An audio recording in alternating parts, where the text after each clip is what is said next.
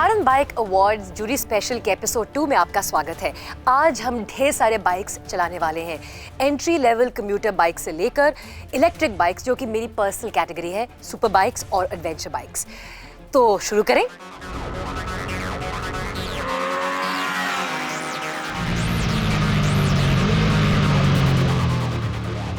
कुछ चीजें आपके रोंगटे खड़े कर देती हैं। इनमें रेस ट्रैक पर भागने वाली बाइक्स की जोरदार आवाज भी शामिल है, खास तौर पर तब जब आपके सामने बुध इंटरनेशनल सर्किट का पूरा रेस ट्रैक हो। इस साल कार एंड बाइक अवार्ड्स के उम्मीदवारों में ईवी से लेकर सवारी मोटरसाइकिल से एडवेंचर मोटरसाइकिल और दमदार क्रूजर मोटरसाइकिल को शामिल किया गया था और अब तक जूरी मीट में शामिल हुई बाइक्स की ये सबसे बड़ी संख्या रही है।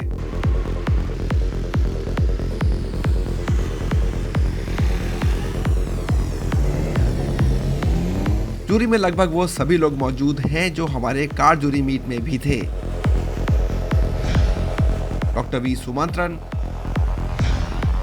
कुल पनाग, रेयोमन बनाजी और सिद्धार्थ विनायक पाटनकर। इस जूरी में जो नए नाम शामिल हुए वो है रिशाद कूपर और प्रीतम बोरा। रिशाद स्कूटर्स और मोटरसाइकिल्स के विशेषज्ञ हैं और इन्हें सालों का पत्रकारिता अनुभव भी है, और प्रीतम हमारी कार एंड बाइक टीम के घरेलू बाइकर हैं।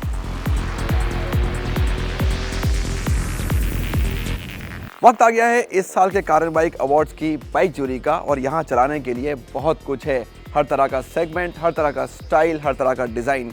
जूरर्स का टाइम बहुत अच्छा बीतने वाला है, और अच्छी बात यह है कि इस साल हमारे पास बहुत सारे इलेक्ट्रिक व्हीकल्स भी हैं और ये आगे और ज़्यादा बढ़ने वाले हैं। तो हमारे जूरर्स के लिए फैसला करना इतना भी आसान काम नहीं होगा। शुरुआत करते हैं एक बहुत बड़ी बाइक से। BMW R18 एक शानदार क्रूजर है जिसे चलाना काफ़ी आसान है। इसमें क्रोम की भरमार है और जूरी राउंड में इस बाइक ने सबको लुभाया।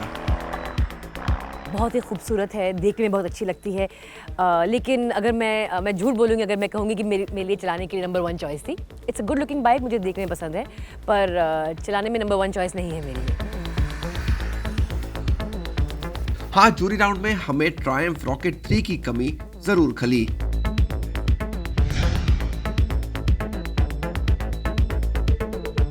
2020 में 3 मॉडर्न क्लासिक मोटरसाइकिल लॉन्च हुई जो 3 से 350 सीसी सेगमेंट की हैं। इनमें रॉयल एनफील्ड, होंडा और जावा की एक बाइक शामिल है।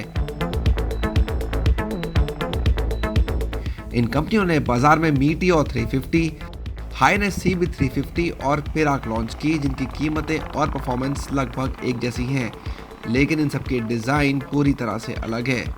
इस राउंड में मुकाबला दमदार रहा। मेरे को रॉयल एनफील्ड का मीटियोर पसंद आया क्योंकि जो पैकेज है एकदम कम्स टुगेदर परफेक्टली। इंजन बोलिए, राइडिंग पोजीशन, उसका क्वालिटी लेवल जो है रॉयल एनफील्ड ने बहुत इम्प्रूव किया है। You can feel it when you are riding the bike. और होंडा CB 350 दिखने को और राइडिंग पोजीशन सब काफ़ी परफेक्टेड है, लेकिन एक मेरे को शॉर्टकमिंग लगा कि उसका होंडा हैज़ ट्राइड टू जो इंजन में उन्होंने लॉन्ग स्ट्रोक इंजन दिया है, लेज़ी कैरेक्टर देने को, थंप देने को, उसके वजह से उसका फील जो है काफ़ी रिलैक्स्ड है, एक्साइटिंग नहीं है। जी हाँ, अब माहौल यहाँ गर्म होता नजर आ रहा है, तो क्यों ना इसे और गर्माया जाए। बाकी मोटरसाइकिल के साथ खड़ी इस बाइक को देखिए, red devil Ducati Panigale V2, जो रेस ट्रैक पर तेज रफ्तार में लैप पूरा करने के लिए बेचैन है।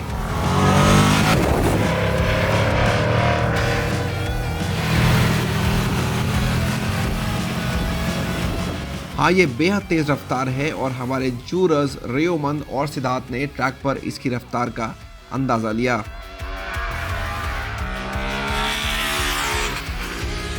आई थिंक सबसे बेस्ट तो ऑब्वियसली द डुकाटी पानेगाले जो 2-3 साल पहले जो आया था उससे काफ़ी बेहतर है। जब ये टर्न लेते वो बहुत आसानी से टर्न ले सकते, शिकेन्स जो है ट्रैक पे वो बहुत अच्छी तरह से उसके थ्रू जा सकते, और उसका जो टॉप स्पीड है एकदम ख़तरनाक है। इतना तेज़ मैं कभी बाइक पे नहीं गया हूँ। एडवेंचर मोटरसाइकिल एक ऐसी कैटेगरी है जिसने भारतीय बाजार में अपने पैर जमा लिए हैं। सुंदर दिखने वाली, हर राह पर जाने के लिए तैयार और दमदार। इस साल आपको एक बाइक हर ब्रांड से मिलेगी, जिसमें BMW, डुकाटी, होंडा और ट्रायम्फ शामिल हैं। इन बाइक्स ने साबित किया कि इन्हें रेस ट्रैक पर चलाना भी कितना मज़ेदार है। एडवेंचर बाइक की अगर बात की जाए तो अफ्रीका ट्विन को मैं बहुत देर से राइड करना चाह रही थी, और अफ्रीका ट्विन की जो स्टांस है, जो उसका साइज़ है, जो उसकी ऊंचाई है, अगर उसको नज़रअंदाज किया जाए तो फिर लगता ही नहीं है कि ये बड़ी बाइक है, बिकॉज हैंडलिंग बहुत खूबसूरत है उसकी। और उससे अगर थोड़ी सी छोटी कैटेगरीज़ की बात की जाए तो टाइगर 900 GT और BMW F900 मेरे दो, मतलब मुझे बहुत पसंद लगे। बहुत टफ था मेरे लिए उन दोनों में से एक को प्रेफर करना, क्योंकि वो कैटेगरी जो बाइक्स की, एडवेंचर बाइक्स की, एडवेंचर टूरर बाइक की, मुझे पर्सनली बहुत पसंद है।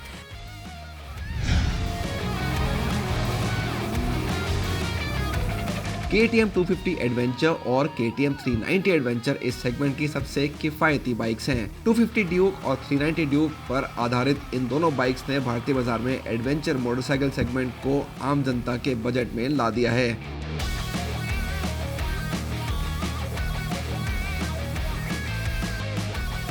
KTM ने काफ़ी अच्छा काम किया है एडवेंचर मोटरसाइकिल सेगमेंट में, ख़ास तौर के 390 एडवेंचर पहले से थी। अब 250 एडवेंचर, जिनको एडवेंचर राइडिंग का शौक़ है उनके लिए दिखने में वो साइज़ डायमेंशंस 390 जैसा ही है।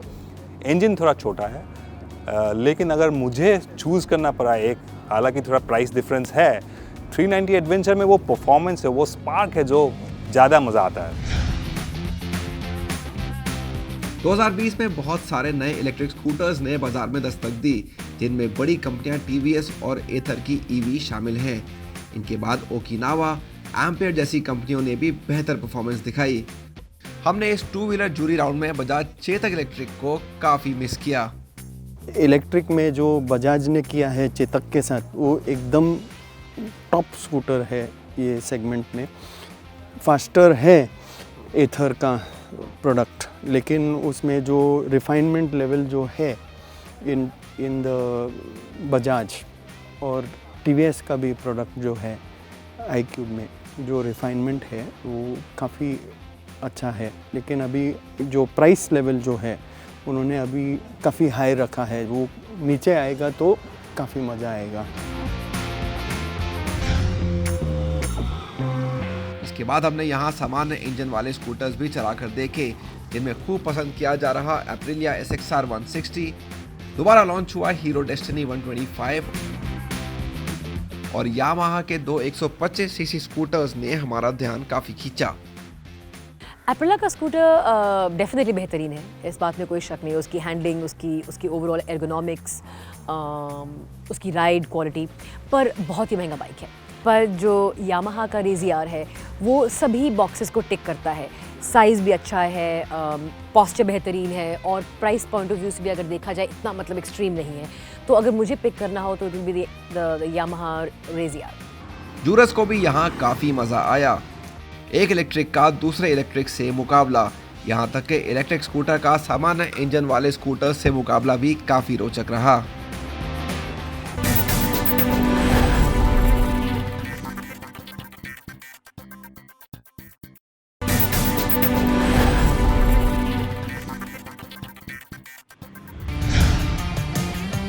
सवारी बाइक्स ये कंपनियों के बेसिक कम बजट वाले मॉडल हैं।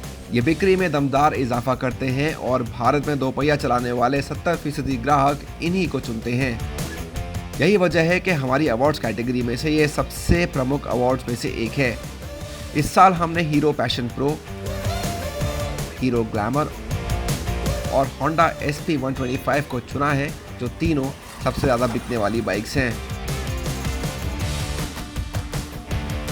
Honda SP125 की हैंडलिंग है वो बाकी दोनों बाइक से मुझे ज़्यादा सुपीरियर लगी। थोड़ा बड़ा इंजन भी है कंपैरेटिवली, लेकिन हैंडलिंग बहुत बढ़िया है और रफ नहीं फील होती उसकी राइड।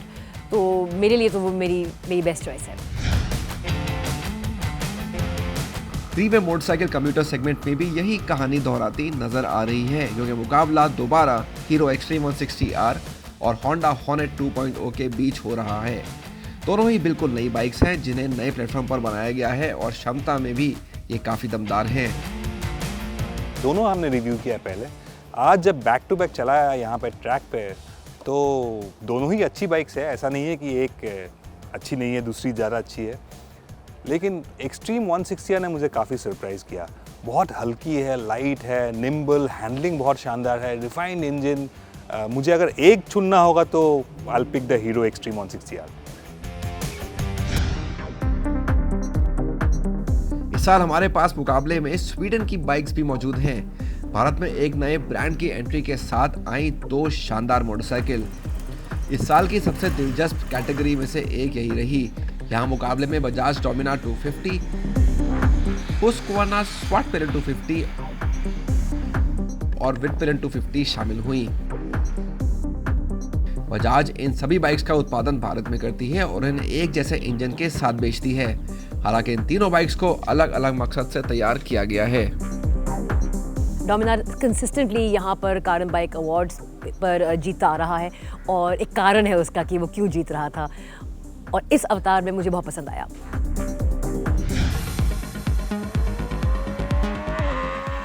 अंतिम लेकिन सबसे अच्छी में से एक, यहाँ हमारे पास 2 नेकेड रोडस्टर बाइक्स इस साल कारन बाइक मिडलवेट स्पोर्ट बाइक के मुकाबले में शामिल हुई। BMW F900R और Triumph Street Triple R, ये दोनों बाइक्स बहुत दमदार हैं और प्रैक्टिकल भी। BMW F900R मुझे काफ़ी इम्प्रेस किया। बहुत अच्छी बाइक है, निम्बल, हैंडलिंग अच्छा है, परफॉर्मेंस भी अच्छा है। 2 लैप मैंने चलाया, मुझे काफ़ी अच्छा लगा। उसके बाद मैंने Triumph Street Triple R चलाया और मुझे वापस आने का मन नहीं कर रहा है। इट्स सो निम्बल, इतना मज़ा आता है, साउंड अच्छा है, हल्का है, परफॉर्मेंस अच्छा है। आप उसको डेली चला सकते हो, सड़क पे, ट्रैक पे भी मज़े ले सकते हो। तो मुझे तो Street Triple R ही पसंद आया बहुत ज़्यादा।